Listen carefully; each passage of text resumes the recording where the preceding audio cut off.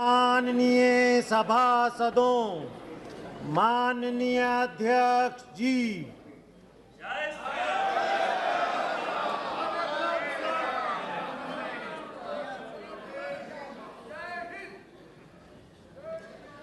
Item number 1 माननीय वित्त मंत्री श्रीमती निर्मला सीतारमण जी।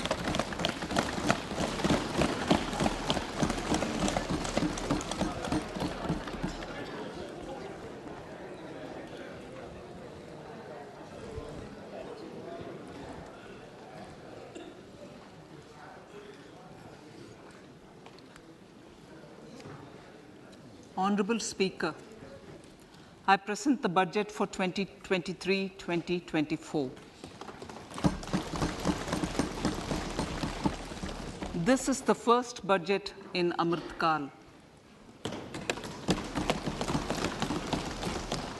This budget hopes to build on the foundation laid in the previous budget and the blueprint drawn for India at 100. We envision a prosperous and inclusive India in which the fruits of development will reach all sections and citizens, especially our youth, women, farmers, OBCs, scheduled castes, and scheduled tribes. In the 75th year of our independence, the world has recognized the Indian economy as a bright star. Our current year's economic growth is estimated to be at 7%. It is notable that this is the highest among all the major economies. This is in spite of the massive slowdown globally caused by COVID-19 and the war. The Indian economy is therefore on the right track and despite a time of challenges, heading towards a bright future. Today, as Indians stand with their head held high and the world appreciates India's achievements and successes, we are sure that elders who had fought for India's independence will, with joy, bless us in our endeavors going forward as well. Our focus on wide-ranging reforms and sound policies implemented through Sabka Prayas, resulting in Jan Bhagidari and targeted support to those in need, helped us perform well in trying times. India's rising global profile is because of the several accomplishments. Unique world-class digital public infrastructure, example, Aadhaar, CoWIN, and UPI. COVID vaccination drive in unparalleled scale and speed, proactive role in frontier areas such as achieving the climate-related goals, Mission Life, and National Hydrogen Mission. During the COVID-19 pandemic, we ensured that no one goes to bed hungry with a scheme to supply free food grains to over 80 crore persons for 28 months. Continuing our commitment to ensure food and nutritional security, we are implementing from 1st January 2023 a scheme to supply free food grain to all Antyodaya and priority households for the next 1 year. Under PM Garib Kalyan Anna Yojana, the entire expenditure of about 2 lakh crore will be borne by the central government. In these times of global challenges, the G20 presidency gives us a unique opportunity to strengthen India's role in the world economic order. With the theme of Vasudhaiva Kutumbakam, we are steering an ambitious, people-centric agenda to address global challenges and to facilitate sustainable economic development. The government's efforts since 2014 have ensured for all citizens a better quality of life and life of dignity. The per capita income has more than doubled to 1.97 lakh rupees. In these 9 years, the Indian economy has increased in size from being 10th to 5th largest in the world. We have significantly improved our position as well as a well-governed and innovative country with a conducive environment for business as reflected in several global indices. We have made a significant progress in many sustainable development goals. The economy has become a lot more formalized as reflected in the EPFO membership, more than doubling to 27 crore and rupees 7,400 crore digital payments of 126 lakh crore rupees through UPI in 2022. The efficient implementation of many schemes with universalization of targeted benefits has resulted in inclusive development. Some of the schemes are 11.7 crore household toilets under Swachh Bharat mission, which is achieved, 9.6 crore LPG connections under Ujjwala, 220 crore COVID vaccination of 102 crore persons, 47.8 crore PM Jan Dhan bank accounts, insurance cover for 44.6 crore persons under PM Suraksha Bima and PM Jeevan Jyoti Yojana, and cash transfer of 2.2 lakh crores of rupees to 11.4 crore to over 11.4 crore farmers under PM Kisan Samman Nidhi. Our vision for the Amrit Kal includes technology-driven and knowledge-based economy with strong public finances and a robust financial sector. To achieve this, Jan Bhagidari through Sabka Saath, Sabka Prayas is essential. The economic agenda for achieving this vision focuses on 3 things. First, facilitating ample opportunities for citizens, especially the youth, to fulfill their aspirations. Second, providing strong impetus to growth and job creation. And third, strengthening macroeconomic stability. To service these focus areas in our journey to India at 100, we believe that the following 4 opportunities can be transformative during Amrit Kal. Economic empowerment of women. Deen Dayal Antyodaya Yojana National Rural Livelihood Mission has achieved remarkable success by mobilizing rural women into 81 lakh self-help groups. We will enable these groups to reach the next stage of economic empowerment through formation of large producer enterprises or collectives, with each having several thousand members and managed professionally. They will be helped with raw materials supply and for better design, quality, branding, and marketing of their products. Through supporting these policies, they will be enabled to scale up their operations to serve the large consumer markets, as has been the case with the several startups growing into unicorns. PM Vishwakarma Kaushal Samman, PM Vikas. For centuries, traditional artisans and craftspeople who work with their hands using tools have brought renown for India. They're generally referred to as Vishwakarma. The art and the handicraft created by them represents the true spirit of Atmanirbhar Bharat. For the first time, a package of assistance for them has been conceptualized.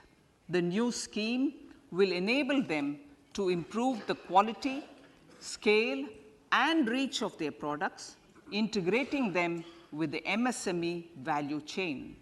The components of the scheme will include not only financial support, but also access to advanced skill training, knowledge of modern digital techniques, and efficient green technologies, brand promotion, linkage with local and global markets, digital payments, and social security.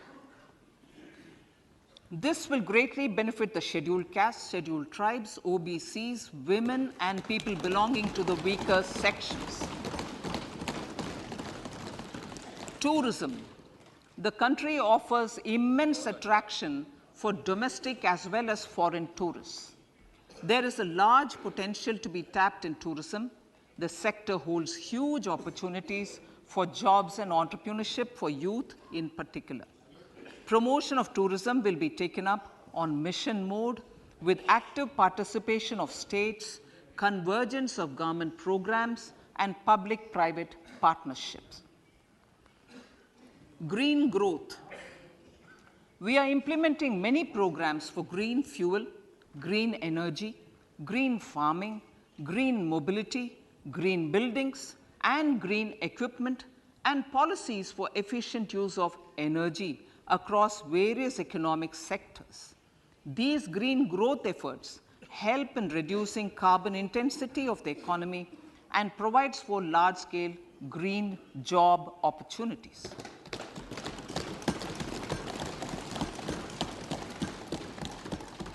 Priorities of this budget. The budget adopts the following 7 priorities. They complement each other and act as the Saptarishi guiding us through the Amritkal.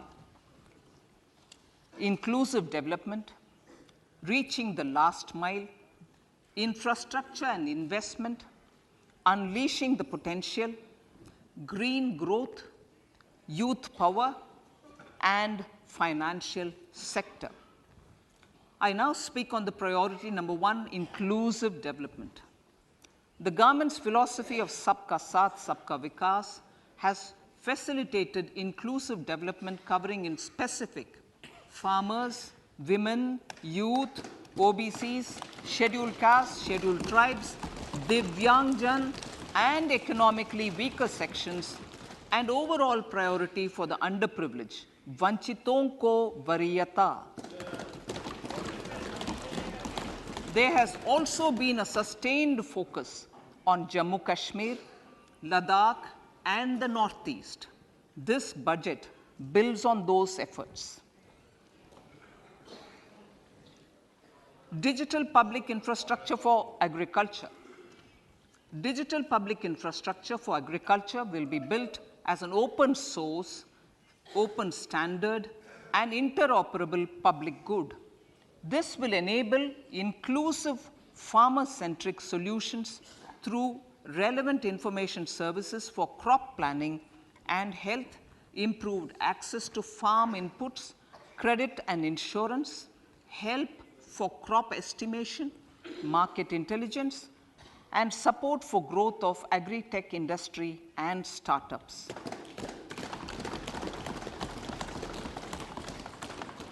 An agriculture accelerator fund. An agriculture accelerator fund will be set up to encourage agri-startups by young entrepreneurs in rural areas. The fund will aim at bringing innovative and affordable solutions for challenges faced by farmers.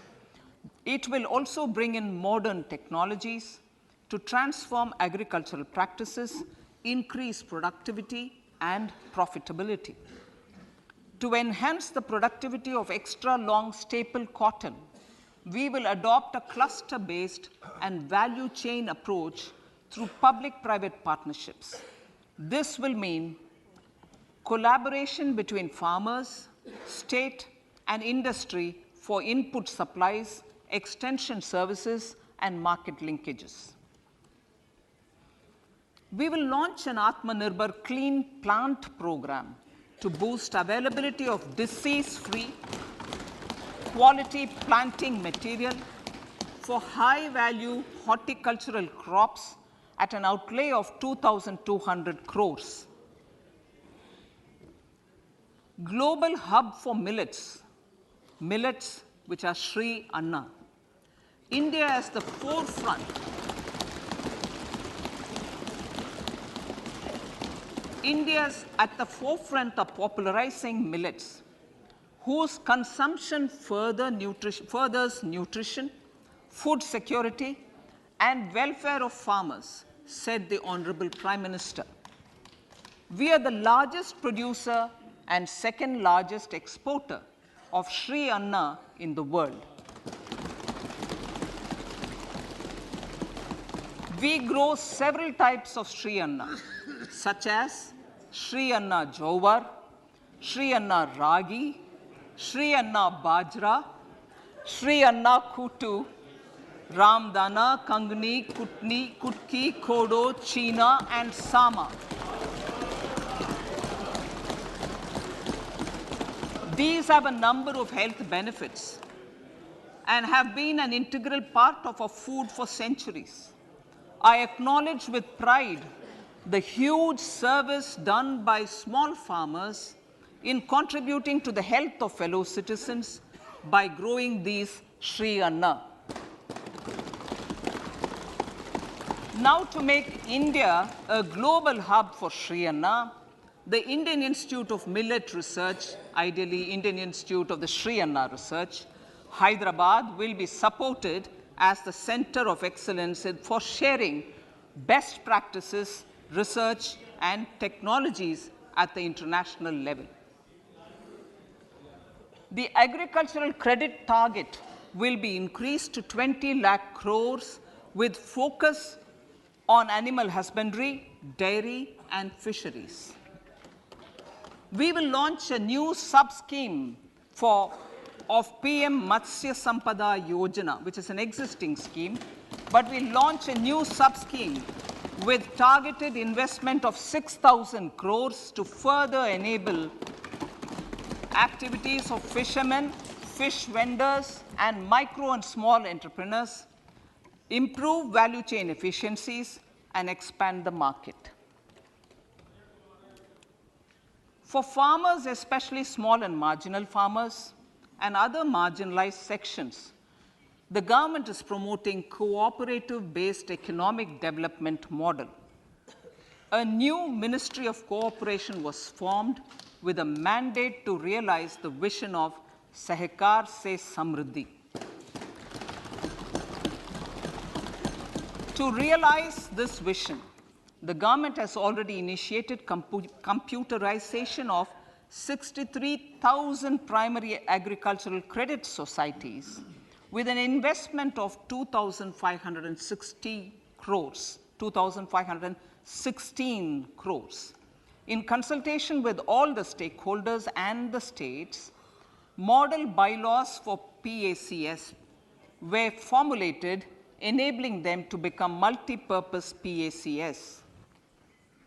A national cooperative database is being prepared for countrywide mapping of cooperative societies. With this backdrop, we will implement a plan to set up massive decentralized storage capacity.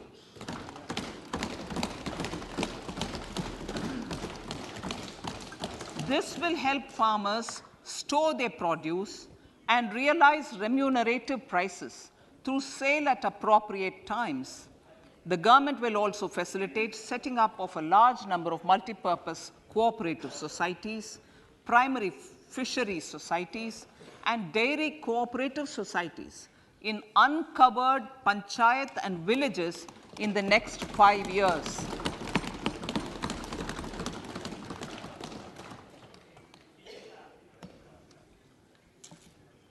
Health, education, and skilling. 157 new nursing colleges will be established in co-location with the existing 157 medical colleges established since 2014. A mission to eliminate sickle cell anemia by 2047 will be launched. It will entail awareness creation, universal screening of 7 crore people in the age group of 0 to 40 years in affected tribal areas, and counseling through collaborative efforts of central ministries and state governments. Facilities in select ICMR labs, Indian Council for Medical Research Labs, will be made available for research by public and private medical college faculty and private sector R&D teams for encouraging collaborative research and innovation. A new program to promote research and innovation in pharmaceuticals will be taken up through centers of excellence. We shall also encourage industry to invest in research and development in specific priority areas. Dedicated multidisciplinary courses for medical devices will be supported in existing institutions to ensure availability of skilled manpower for futuristic medical technologies, high-end manufacturing, and research. Teachers' training. Teachers' training will be re-envisioned through innovative pedagogy, curriculum transaction, continuous professional development, dipstick surveys, and ICT implementation. The District Institute of Education and Training will be developed as vibrant institutes of excellence for this purpose.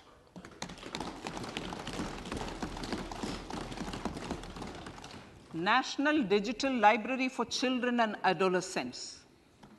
A National Digital Library for Children and Adolescents will be set up for facilitating availability of quality books across geographies, languages, genres, and levels, and device-agnostic accessibility. States will be encouraged to set up physical libraries for them at panchayat and ward levels and provide infrastructure for accessing the national digital library resources. Additionally, to build a culture of reading and to make up for pandemic time learning loss, the National Book Trust, the Children's Book Trust, and other sources will be encouraged to provide and replenish non-curricular titles in regional languages and in English to these physical libraries. Collaboration with NGOs that work in literacy will also be a part of this initiative. To inculcate financial literacy, financial sector regulators and organizations will be encouraged to provide age-appropriate reading material to these libraries. I move to priority 2, reaching the last mile. Prime Minister Vajpayee's government had formed the Ministry of Tribal Affairs and the Department of Development of Northeast Region to provide a sharper focus to the objective of reaching the last mile. Our government has formed the Ministries of Ayush, Fisheries, Animal Husbandry and Dairying, Skill Development, Jal Shakti, and Cooperation. Building on the success of the Aspirational Districts program, the government has recently launched the Aspirational Blocks program, covering 500 blocks for saturation of essential government services across multiple domains such as health, nutrition, education, agriculture, water resources, financial inclusion, skill development, and basic infrastructure. Manya Speaker, sir, Pradhan Mantri PBTG, which is Primitive Vulnerable Tribal Groups Development Mission, is being launched. To improve socio-economic conditions of the particularly vulnerable tribal groups, the PBTGs as we refer them to, Pradhan Mantri PBTG Development Mission will be launched.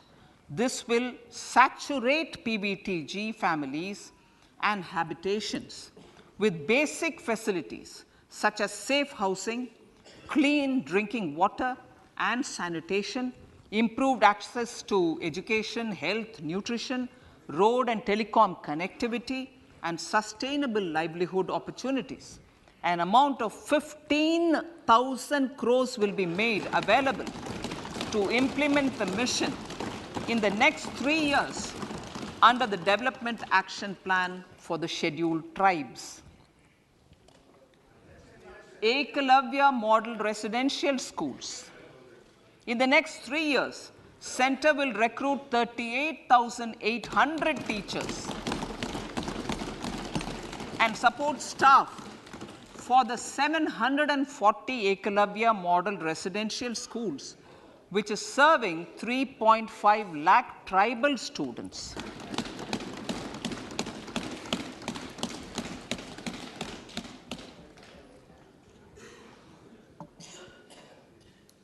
In the drought-prone central regions of Karnataka, central assistance of 5,300 crore will be given to Upper Bhadra project to provide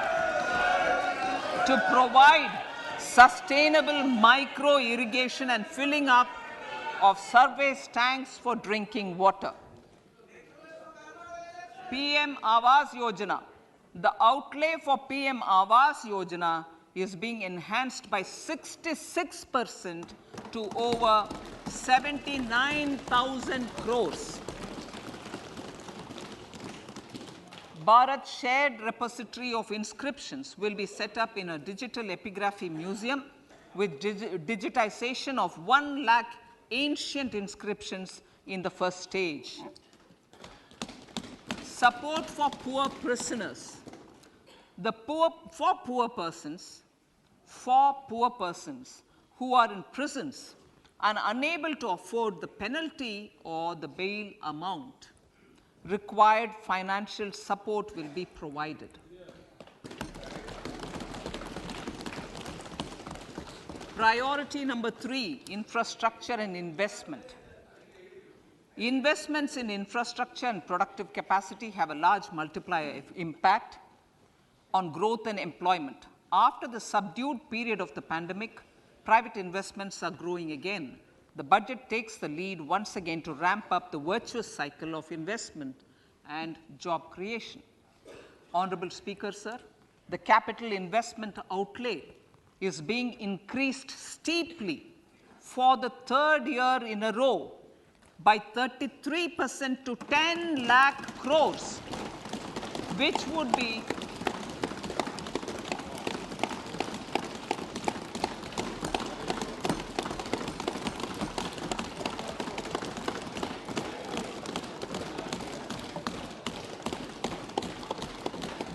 which would be 3.3% of GDP.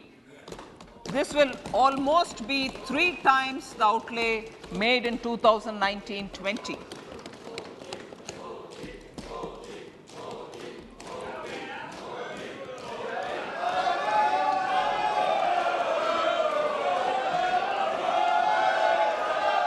This substantial increase in recent years is central to the government's efforts to enhance growth potential and job creation, crowd in private investments, and provide a cushion against global headwinds.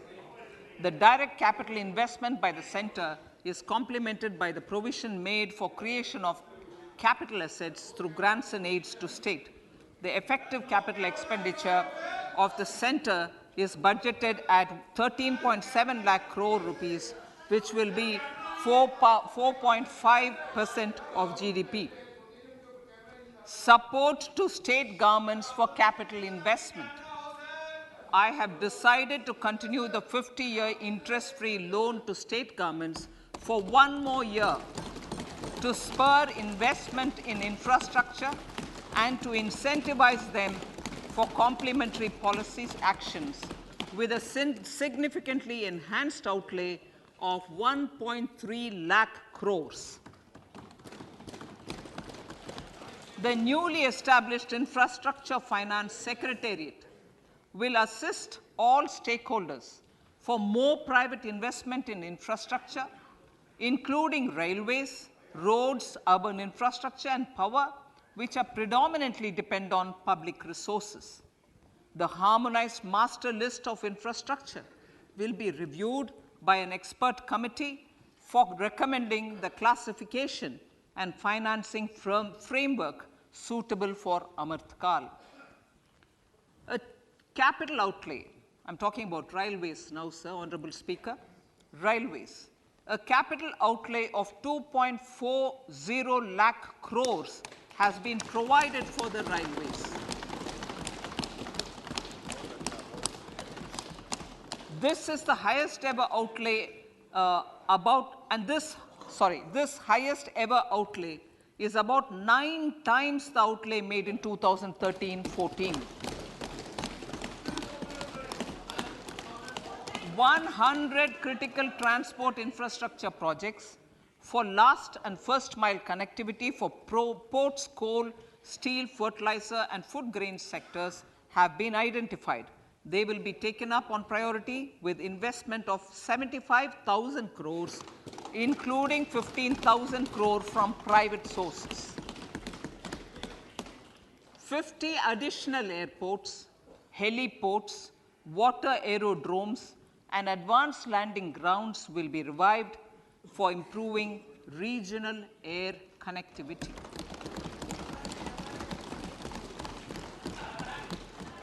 Sustainable cities for tomorrow.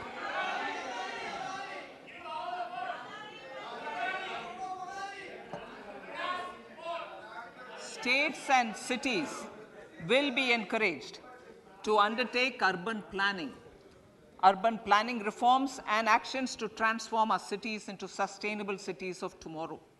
This means efficient use of land resources, adequate resources for urban infrastructure, transit-oriented development, enhanced availability and affordability of urban land, and opportunities for all.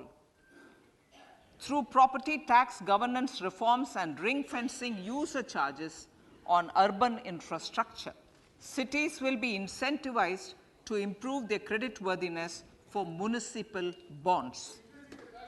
Like the RIDF, an urban infrastructure development fund will be established through use of priority sector lending shortfall.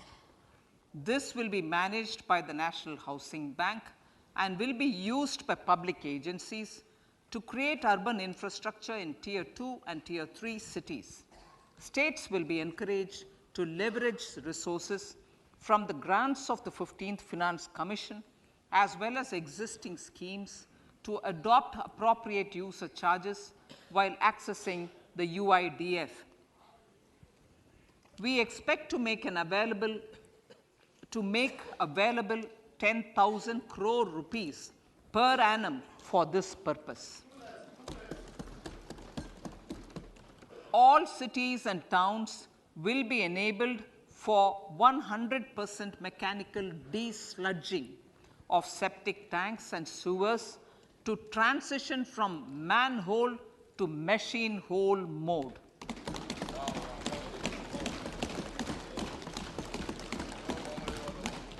Enhanced focus will be provided for scientific management of dry and wet waste. Honorable Speaker, sir, our Prime Minister had said, good governance is the key to a nation's progress. Our government is committed to providing a transparent and accountable administration which works for the betterment and welfare of common citizens. Mission Karma Yogi. Under Mission Karma Yogi, center, states and the union territories are making and implementing capacity building plans for civil servants. The government has also launched an integrated online training platform, I Got Karma Yogi, to provide continuous learning opportunities for lakhs of government employees to upgrade their skills and facilitate people-centric approach. Sir, for enhancing ease of doing business, more than 39,000 compliances have been reduced and more than 3,400 legal provisions have been decriminalized. For furthering the trust-based governance, we have introduced the Jan Vishwas Bill to amend 42 central acts.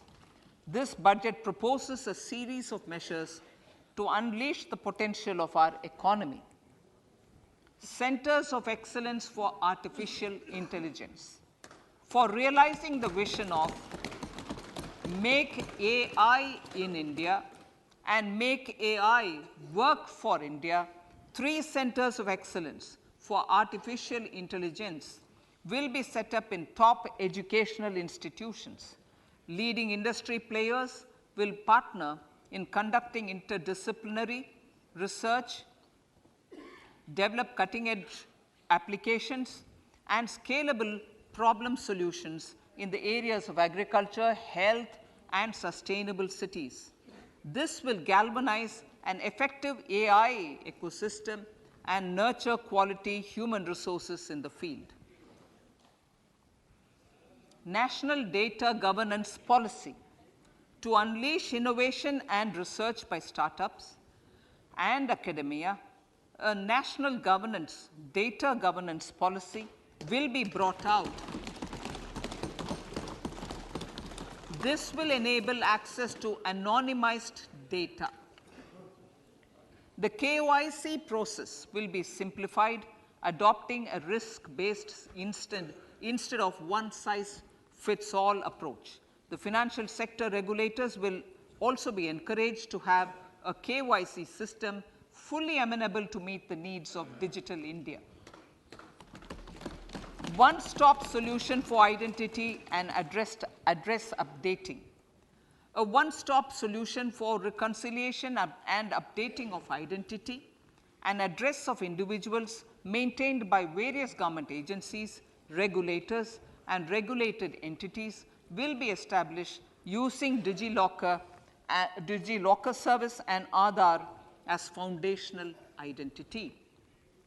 Speaker, sir, common business identifier. For the business establishments required to have a permanent account number, the PAN will be used as the common identifier for all digital systems of specified government agencies. This will bring ease of doing business, and it will be facilitated through a legal mandate. For obviating the need for separate submission of same information to different government agencies, a system of unified filing process will be set up. Such filing of information or return in simplified forms on a common portal will be shared with other agencies as per the filer's choice. Vivad Se Vishwas 1, relief for MSMEs. In cases of failure by MSMEs to execute contracts during the COVID period, 95% of the forfeited amount relating to the bid or performance security will be returned to them by government and government undertakings. This will provide relief to the MSMEs. Vivad se Vishwas 2, settling contractual disputes. To settle contractual disputes of government and government undertakings, wherein arbitral award is under challenge in a court, a voluntary settlement scheme with standardized terms will be introduced. This will be done by offering graded settlement terms depending on pendency level of the dispute. The state support mission of Niti Aayog will be continued for 3 years for our collective efforts towards national priorities. Result-based financing. To better allocate scarce resources for competing development needs, the financing of select schemes will be changed on a pilot basis from input-based to result-based. E-courts.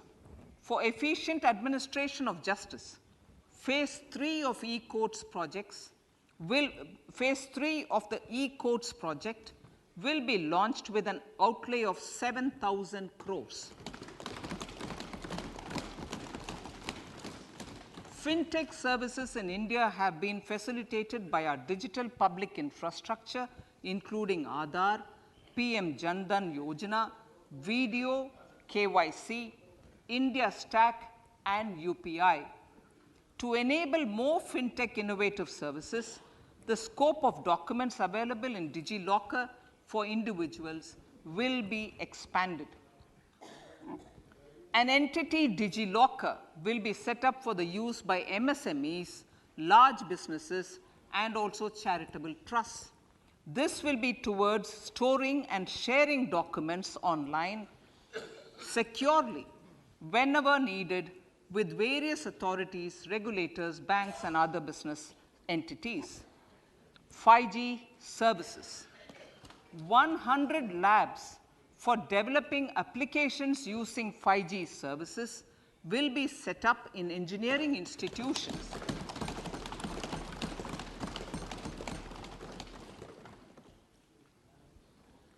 To realize a new range of opportunities, business models, and employment potential.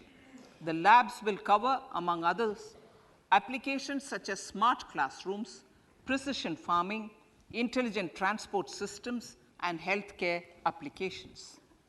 Lab-grown diamonds. Lab-grown diamonds is a technology and innovation-driven emerging sector with high employment potential. These environment-friendly diamonds, which have optically and chemically the same properties as natural diamonds. To encourage indigenous production of LGD, lab-grown diamond seeds and machines, and to reduce import dependency, a research and development grant will be provided to one of the IITs for 5 years. To reduce the cost of production, a proposal to review the custom duty on LGD seeds will be indicated in Part B of the speech. I come to the 5th priority, Honorable Speaker, sir, green growth. Honorable Prime Minister has given a vision for life or lifestyle for environment to spur a movement of environmentally conscious lifestyle.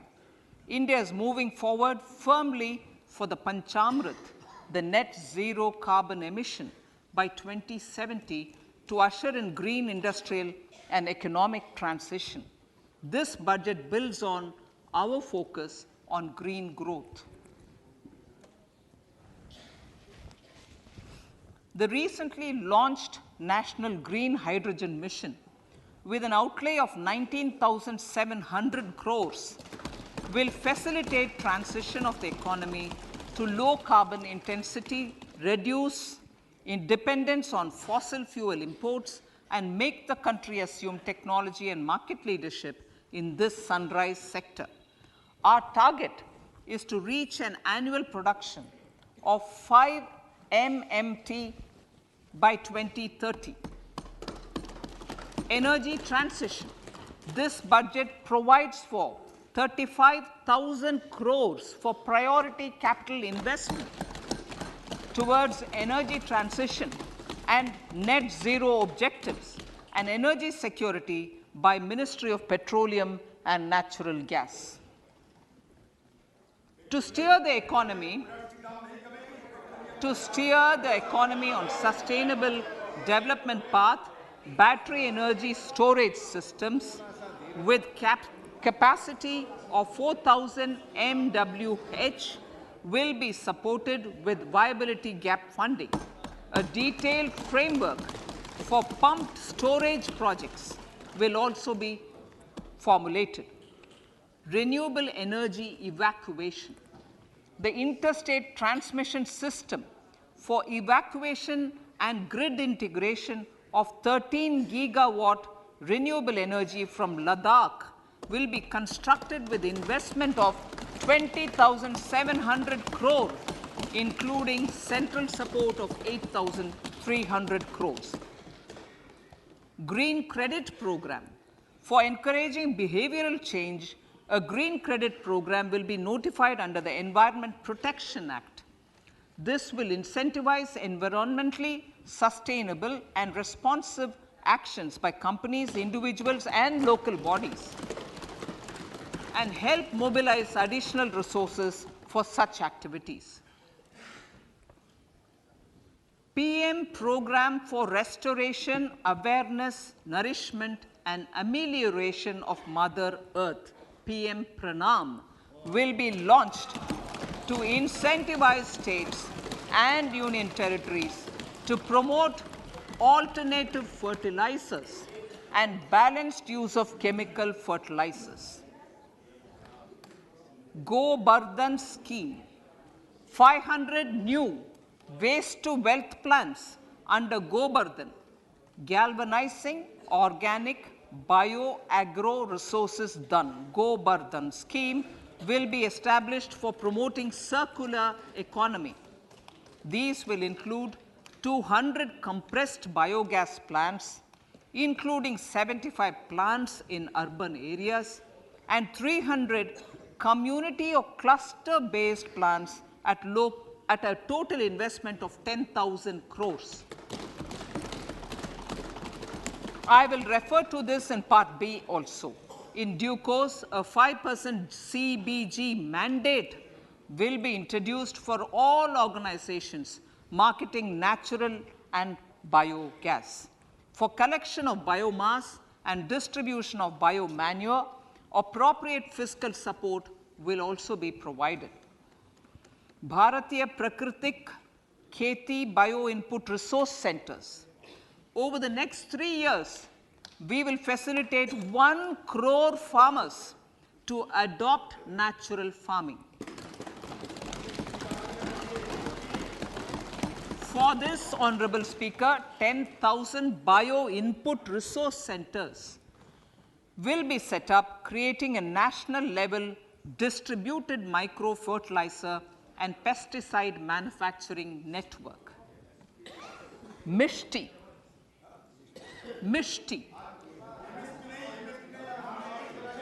Building on India's success in afforestation, mangrove initiative for shoreline habitats and tangible incomes, Mishti, will be taken up for mangrove plantation along the coastline and on salt pan lands wherever feasible through convergence between Manrega, Campa, Fund and other sources. Amrit Dharohar. Wetlands are vital ecosystems which sustain biological diversity. In his latest Mann Ki Baat, the Prime Minister said, now, I quote, now the total number of Ramsar sites in our country has increased to 75, whereas before 2014, there were only 26, unquote. Local communities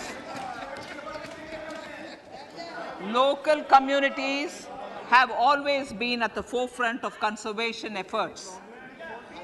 The government will promote their unique conservation values through Amrit Dharohar, a scheme that will be implemented over the next 3 years to encourage optimal use of wetlands and enhance biodiversity, carbon stock, ecotourism opportunities, and income generation for local communities. Coastal shipping. Coastal shipping will be promoted as the energy efficient and lower cost mode of transport, both for passengers and freight, through PPP mode with viability gap funding. Vehicle replacement. Vehicle replacement is an important continuing policy, replacing the old political, I know, replacing, absolutely, thank you. Replacing old polluting vehicles. Maybe applicable, right? Replacing old polluting vehicles is an important part of greening our economy. In furtherance of the vehicle scrapping policy mentioned in Budget 21-22, I have allocated adequate funds to scrap old vehicles of the central government. States will also be supported in replacing old vehicles and old state ambulances. Honorable Speaker, sir, I move to priority 6, youth power. To empower our youth and help the Amrit PD realize their dreams, we have formulated the National Education Policy, which is very wide in its scope, but one of the things is also to focus on skilling, adopted economic policies that facilitate job creation at scale and have supported business opportunities. Pradhan Mantri Kaushal Vikas Yojana. Pradhan Mantri Kaushal Vikas Yojana 4.0 will be launched to skill lakhs of youth within the next 3 years. On-job training, industry partnership, and alignment of courses with needs of industry will be emphasized. The scheme will also cover new age courses for Industry 4.0 like coding, AI, robotics, mechatronics, IoT, 3D printing, drones, and other soft skills. To skill youth for international opportunities, 30 Skill India International Centers will be set up across different states. The digital ecosystem for skilling will be further expanded with the launch of a unified Skill India digital platform for enabling demand-based formal skilling, linking with employers including MSMEs, and facilitating access to entrepreneurship schemes. To provide stipend support to 47 lakh youths in 3 years, direct benefit transfer under a pan-India national apprenticeship promotion scheme will be rolled out. Tourism. Honorable Speaker, sir, with an integrated and innovative approach, at least 50 destinations will be selected through challenge mode. In addition to aspects such as physical connectivity, virtual connectivity, tourist guides, high standards for food streets, and tourist security, all the relevant aspects would be made available on an app to enhance tourist experience. Every destination would be developed as a complete package. The focus of development of tourism would be on domestic as well as foreign tourists.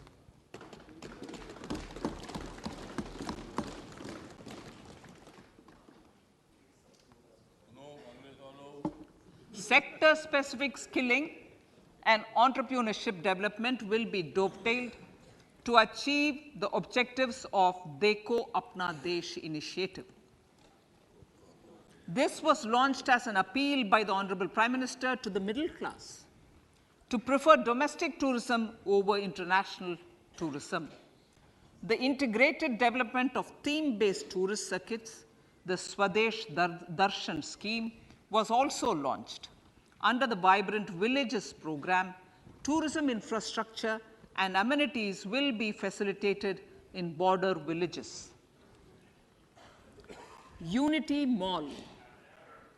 States will be encouraged to set up a Unity Mall in their state capital or most prominent tourism center or the financial capital for promotion and sale of their one district, one product and GI products and other handicraft products, and for providing space for such products of all other states as well. Sir, priority number 7, financial sector. Our reforms in the financial sector and innovative use of technology have led to financial inclusion at scale, better and faster service delivery, ease of access to credit, and participation in financial markets. This budget proposes to further these measures. Credit guarantee for MSMEs. Last year, I proposed revamping of the credit guarantee scheme for the MSMEs. I am happy to announce that the revamped scheme will take effect from 1st April 2023 through infusion of 9,000 crores in the corpus. This will enable additional collateral-free guaranteed credit of 2 lakh crores of rupees. Further, the cost of credit will be reduced by about 1%. A national financial information registry will be set up to serve as the central repository of financial and ancillary information. This will facilitate efficient flow of credit, promote financial inclusion, and foster financial stability. A new legislative framework will govern this credit public infrastructure and will be designed in consultation with the RBI. To meet the needs of Amritkal and to facilitate optimum regulation in the financial sector, public consultation, as necessary and feasible, will be brought to the process of regulation making and issuing subsidiary directions. To simplify, to ease, and to reduce cost of compliance, financial sector regulators will be requested to carry out a comprehensive review of existing regulations. For this, they will consider suggestions from public and regulated entities. Time limits to decide the application under various regulations will also be laid down. Honorable Speaker, sir, to enhance business activities in GIFT IFSC, the following measures will be taken. Delegating powers under the SEZ Act to the IFSCA to avoid dual regulation. Setting up a single window IT system for registration and approval of IFSCA, SEZ authorities, GSTN, RBI, SEBI, and IRDAI. Permitting acquisition financing by IFSC banking units of foreign banks. Establishing a subsidiary of Exim Bank for trade refinancing. Amending IFSCA Act for statutory provisions for arbitration, ancillary services, and avoiding dual regulation under the SEZ Act, and recognizing offshore derivative instruments as valid contracts. Honorable Speaker, sir, data embassy. For countries looking for digital continuity solutions, we will facilitate setting up of their data embassies in GIFT IFSC.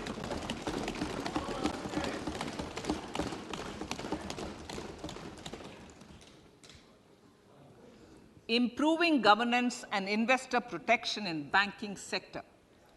To improve bank governance and enhance investors' protection, certain amendments to the Banking Regulation Act, the Banking Companies Act, and the Reserve Bank of India Act are being proposed. Capacity building in securities market. Honorable Speaker, sir, to build capacity of functionaries and professionals in the securities market, SEBI will be empowered to develop, regulate, maintain, and enforce norms and standards for education in the National Institute of Securities Markets and to recognize award of degrees, diplomas, and certificates. A central processing center will be set up for faster response to companies through centralized handling of various forms filed with field officers under the Companies Act. Reclaiming of shares and dividends.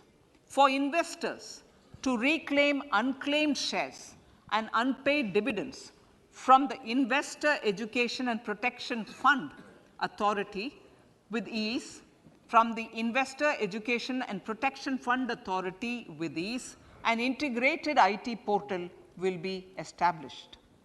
Digital payments continue to find wide acceptance. In 2022, they show an increase of 76% in transaction and 91% in value. Fiscal support for this digital public infrastructure will continue in 2023-2024. Azadi ka Amrit Mahotsav, Mahila Samman Bachat Patra. For commemorating Azadi ka Amrit Mahotsav, a one-time new small savings scheme, Mahila Samman Savings Patra or Savings Certificate, Mahila Samman Savings Certificate will be made available for a 2-year period up to March 2025. This will offer deposit facility up to 2 lakh in the name of a woman or girls for a tenure of 2 years at fixed interest rate of 7.5% with partial withdrawal option. Senior citizens. The maximum deposit limit for senior citizens savings scheme will be enhanced from 15 lakh to 30 lakhs of rupees. The maximum deposit limit for monthly income account scheme will be enhanced from 4.5 lakh to 9 lakh for single account and from 9 lakh to 15 lakh for joint account. Honorable Speaker, sir, fiscal management. 50 years interest-free loan to states. The entire 50-year loan to states has to be spent on capital expenditure within 2023-24.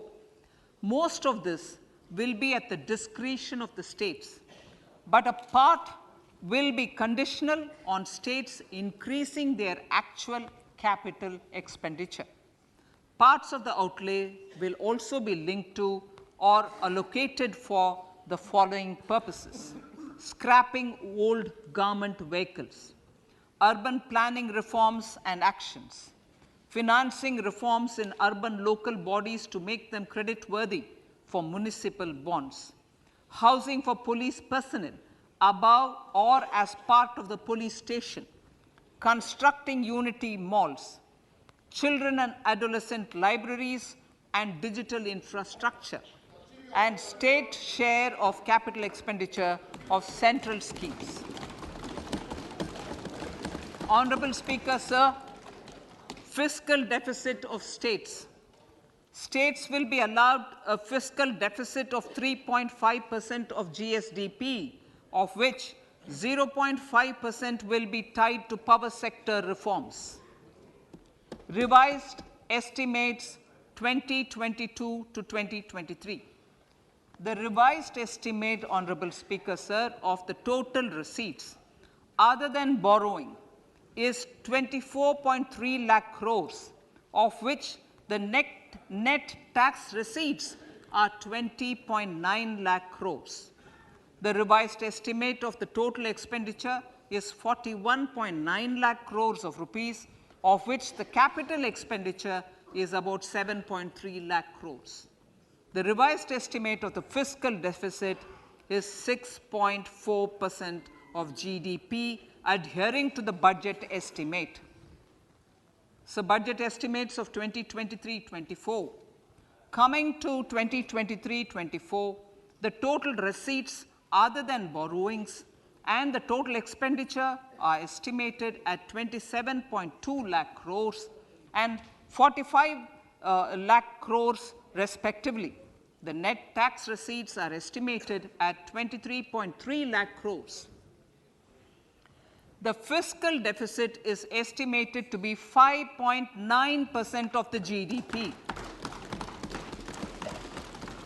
In my budget speech for 21-22, I had announced that we plan to continue the path of fiscal consolidation, reaching a fiscal deficit of below 4.5% by 2025-26, with a fairly steady decline over the period. We have adhered to this path, and I reiterate my intention to bring the fiscal deficit below 4.5% of GDP by 2025-26. To finance the fiscal deficit in 2023-24, the net market borrowings from dated securities are estimated at 11.8 lakh crores. The balance financing is expected to come from small savings and other sources. The gross market borrowings are estimated at 15.43 lakh crores of rupees. Honorable Speaker, sir, I now move to Part B.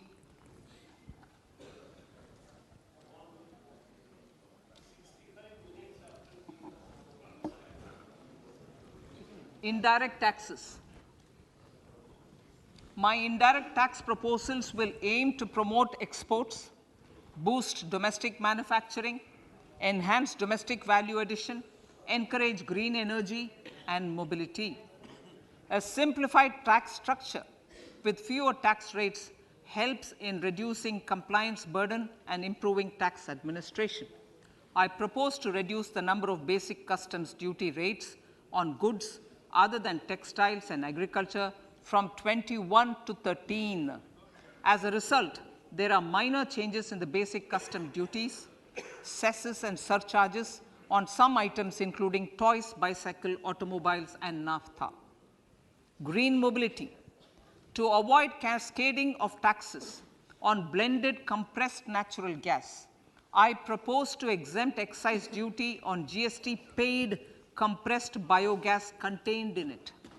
To further provide impetus to green mobility, customs duty exemptions is being extended to import of capital goods and machinery required for manufacture of lithium-ion cells for batteries used in electrical vehicles as well. Electronics. As a result of various initiatives of the government, including phased manufacturing program, mobile phone production in India has increased from 5.8 crore units valued at about 18,900 crore in 2014-15 to 31 crore units valued at 2,75,000 crore in the last financial year. To further deepen domestic value addition in manufacturing of mobile phones, I propose to provide relief to customs duty. I propose to provide relief in customs duty on import of certain parts and inputs like camera lens and continue the concessional duty on lithium-ion cells for batteries for another year. Similarly, to promote value addition in manufacture of televisions, I propose to reduce the basic customs duty on parts of open cells of TV panels to 2.5%. Electrical. To rectify inversion of duty structure and encourage manufacturing of electric kitchen chimneys, the basic custom duty on electric kitchen chimney is being increased from 7.5% to 15%, and that on heat coils for these is proposed to be reduced from 20% to 15%. Chemicals and petrochemicals. Denatured ethyl alcohol is used in chemical industry. I propose to exempt basic customs duty on it. This will also support the ethanol blending program and facilitate an endeavor for energy transition. Basic customs duty is also being reduced on acid grade fluorospar from 5% to 2.5% to make the domestic fluorochemicals industry competitive. Further, the basic customs duty on crude glycerine for use in manufacture of epichlorohydrin is proposed to be reduced from 7.5% to 2.5%.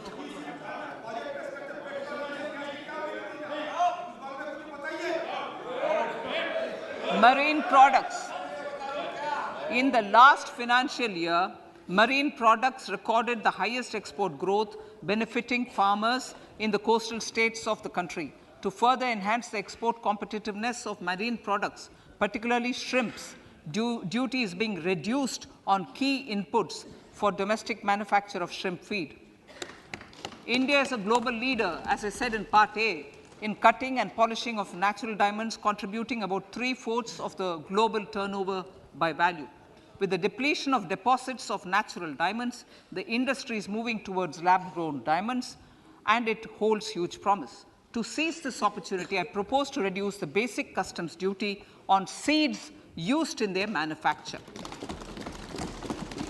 Customs duties on door or doré and bars of gold and platinum were increased earlier this fiscal. I propose to increase the duties on articles made therefrom to enhance the duty differential. I also propose to increase the import duty on silver doors, bars, and articles to align them with that on gold and platinum. To facilitate availability of raw materials for the steel sector, exemptions from basic custom duty on raw materials for manufacture of CRGO steel, ferrous scrap, and nickel cathode is being continued. Similarly, the concessional BCD of 2.5% on copper scrap is also being continued to ensure the availability of raw materials for secondary copper producers who are mainly in the MSME sectors. Compounded rubber. The basic custom duty rate on compounded rubber is being increased from 10% to 25% or 30 kg, whichever is lower, at par with that of natural rubber other than latex, to curb circumvention of duty. Cigarettes. National calamity contingent duty on specified cigarettes was last revised 3 years ago. This is proposed to be revised upwards by about 16%. Direct taxes. I now come to my direct tax proposals. Honorable Speaker, these proposals aim to maintain continuity and stability of taxation, further simplify and rationalize various provisions to reduce the compliance burden, promote the entrepreneurial spirit, and provide tax relief to citizens. It has been constant endeavor of the Income Tax Department to improve taxpayers' services by making compliance easy and smooth. Our taxpayers portal received a maximum of 72 lakh returns in a day, processed more than 6.5 crore returns this year. Average processing period reduced from 93 days in financial year 13-14 to 16 days only now. And 45% of the returns were processed within 24 hours. We intend to further improve this, roll out the next generation common IT return form for taxpayer convenience, and also plan to strengthen the grievance redressal mechanism. MSMEs and professionals. MSMEs are growth engines of our economy. Micro enterprises with turnover up to 2 crore of rupees and certain professionals with turnover of up to 50 lakh rupees can avail the benefit of presumptive taxation. I propose to provide enhanced limits of 3 crore and 75 lakh respectively to the taxpayers whose cash receipts are no more than 5%. Whose cash receipts are no more than 5%. Moreover, to support MSMEs in timely receipt of payments, I propose to allow deduction for expenditure incurred on payments made to them only when payment is actually made. Cooperation. Cooperation is a value to be cherished. In realizing our Prime Minister's goal for Sehkar Se Samriddhi and his resolve to connect the spirit of cooperation with the spirit of Amrit Kal, in addition to the measures proposed in Part A, I have a slew of proposals for the cooperation sector. First, new cooperatives that commence manufacturing activities till 2024, 31st March, shall get the benefit of a lower tax rate of 15%, as is presently available to new manufacturing companies. Secondly, I propose to provide an opportunity to sugar cooperatives to claim payments made to sugarcane farmers for the period prior to the assessment year 2016-17 as expenditure. This is expected to provide them a relief of almost 10,000 crores. Thirdly, I am providing a higher limit of 2 lakh per member for cash deposits to loans in cash by primary agricultural cooperative societies and primary cooperative agriculture and rural development banks. I repeat that. Thirdly, I am providing a higher limit of 2 lakh per member for cash deposits to and loans in cash by primary agricultural cooperative societies and primary cooperative agricultural and rural development banks. Similarly, a higher limit of 3 crore for TDS on cash withdrawal is being provided to cooperative societies. Startups.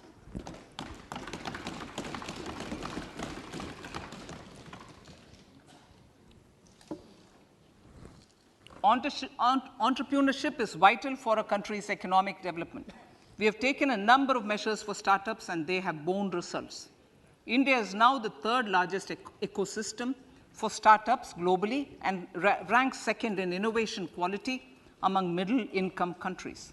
I propose to extend the date of incorporation for income tax benefits to startups from 31/3/2023 to 31/3/2024. I further propose to provide the benefit of carry forward of losses on change of shareholding of startups from 7 years of incorporation to 10 years.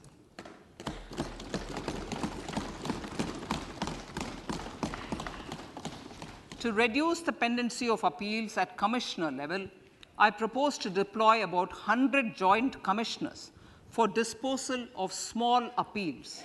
We shall also be more selective in taking up cases for scrutiny of returns already received this year.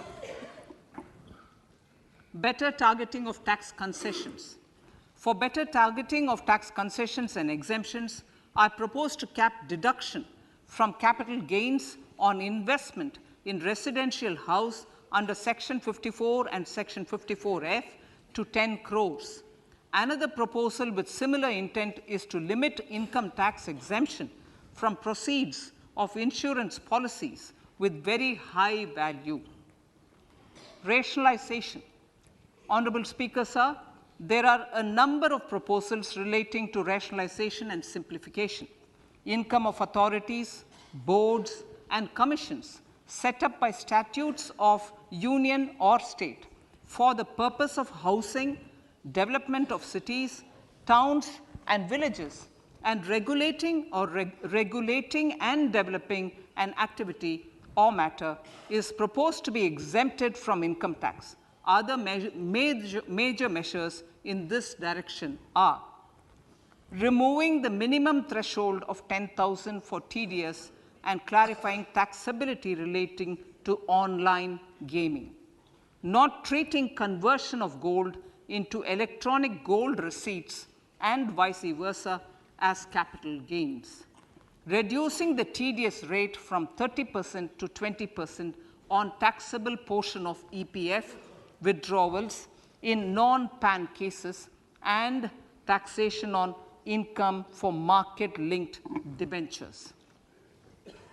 Other major proposals in the finance bill relate to the following: extension of period of tax benefits to funds relocating to IFSC, GIFT City till 31/3/2025, decriminalization under Section 276A of the Income Tax Act, allowing carry forward of losses on strategic disinvestment, including that of IDBI Bank, and providing EEE status to Agnivir Fund. Personal income tax.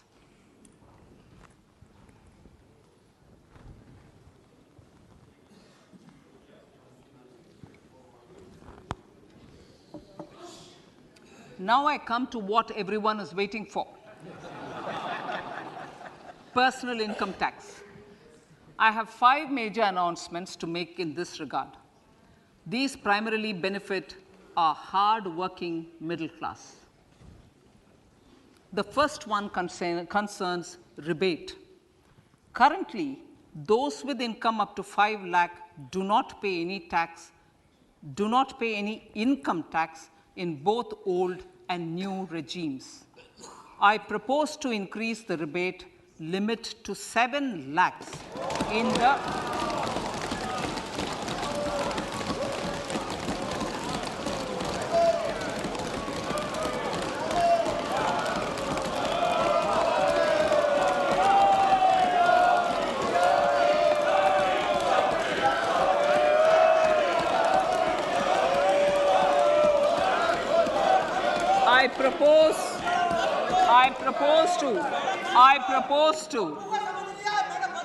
I propose to increase the rebate limit to 7 lakh in the new tax regime.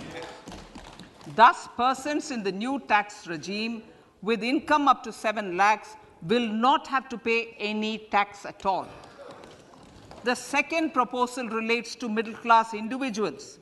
I had introduced in the year 2020 the new personal income tax regime with 6 income slabs starting from 2.5 lakh. I propose to change the tax structure in this regime by reducing the number of slabs to 5 and increasing the tax exemption limit to 3 lakhs. The new tax rates are 0 to 3 lakh, nil; 3 to 6 lakhs, 5%; 6 to 9 lakhs, 10%; 9 to 12 lakh, 15%; 12 to 15 lakhs, 20%; and above 15 lakhs, 30%. This will provide major relief to all taxpayers in the new regime. An individual with an annual income of 9 lakhs will be required to pay only 45,000 rupees. This is only 5% of his or her income. It is a reduction of 25% on what he or she is required to pay now. That is 60,000. So in the place of 60,000, it is now only 45,000. Similarly, an individual with an income of 15 lakh rupees would be required to pay only 1.5 lakh or 10% of his income or her income, a reduction of 20% from the existing liability of 1,87,500 rupees. My third proposal is for the salaried class and the pensioners, including family pensioners, for whom I propose to extend the benefit of standard deduction to the new tax regime. Each salaried person with an income of 15.5 lakh rupees or more will thus stand to benefit by 52,500 rupees. My fourth announcement in personal income tax is regarding the highest tax rate, which in our country is 42.74%. This is among the highest in the world. I propose to reduce the highest surcharge. I propose to reduce the highest surcharge rate from 37% to 25% in the new tax regime.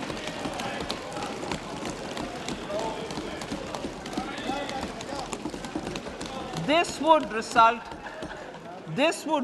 in reduction of the maximum rate. This would result in the reduction of the maximum tax rate to 39%. Lastly, the limit of 3 lakh rupees for tax exemption on leave encashment on retirement of non-government salaried employees was last fixed in the year 2002, when the highest basic pay in the government was only 30,000 rupees per month. In line with the increase in the government salaries, I am proposing to increase this limit to 25 lakh rupees.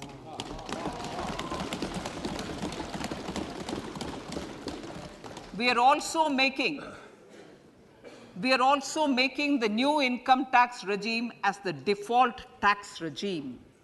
However, citizens will continue to have the option to avail the benefit of the old tax regime. Apart from these, I am also making some other changes as given in the annexure. As a result of these proposals, revenue of about 38,000 crore to 37,000 crore in direct taxes and rupees 1,000 crore in indirect taxes will be foregone, while revenue of about 3,000 crore will be additionally mobilized. Thus, the total revenue foregone is about 35,000 crores annually. Honorable Speaker, sir, with these words, I commend the budget to this August House.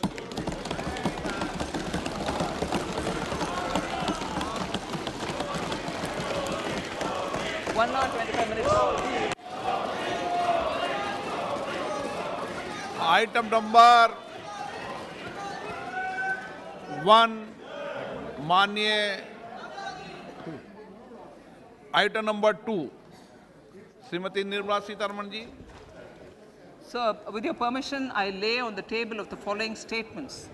Under Section 3(1) of the Fiscal Responsibility Budget Management Act 2003, 1. Medium-term fiscal policy cum fiscal policy strategy statement and macroeconomic framework statement.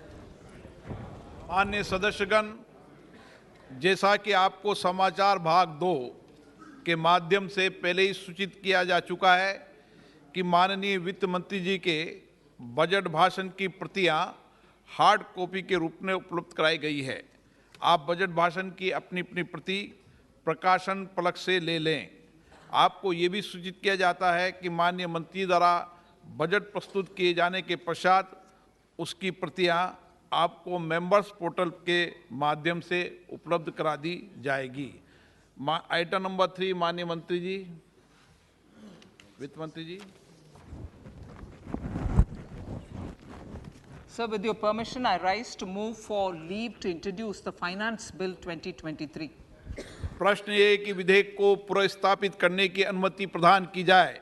जो सदस्य इसके पक्ष में हाँ कहें, जो सदस्य विरोध में ना कहें. मेरे विचार में निर्णय हाँ वालों के पक्ष में. माननीय मंत्री जी विधेयक को पुनर्स्थापित करें. Sir, I introduce the bill. सभा की कार्रवाई कल गुरुवार दिनांक 2 फरवरी 2023 को प्राप्त 11 बजे तक के लिए स्थगित की जाती है.